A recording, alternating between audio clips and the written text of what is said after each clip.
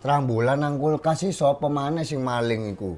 Nggone bojoku mak ngawur ae rek. Maling dipangan masmu. Dek pengen terambulan aku gak iso nkokno. Lho ya kan mesti tutuhake dijopuk. Suwe-suwe iku nang ngone kulkas kok barangnya tak tulisi. Jangan dimakan ini punya Noki. Ngono ae wis. Ya kerangkengen sisan iki lho dipangan dulure nyotot. Aku iki gak nyocot, Mak. Nandi-nandi lek iku guduk nggone ya gak ngarep dipangan lah, Mak. Tapi ku sing mangan kan dulurmu dhewe dudu wong liya. Oh alah, prinsip tekondi ngono iku ya masih ya, Mak.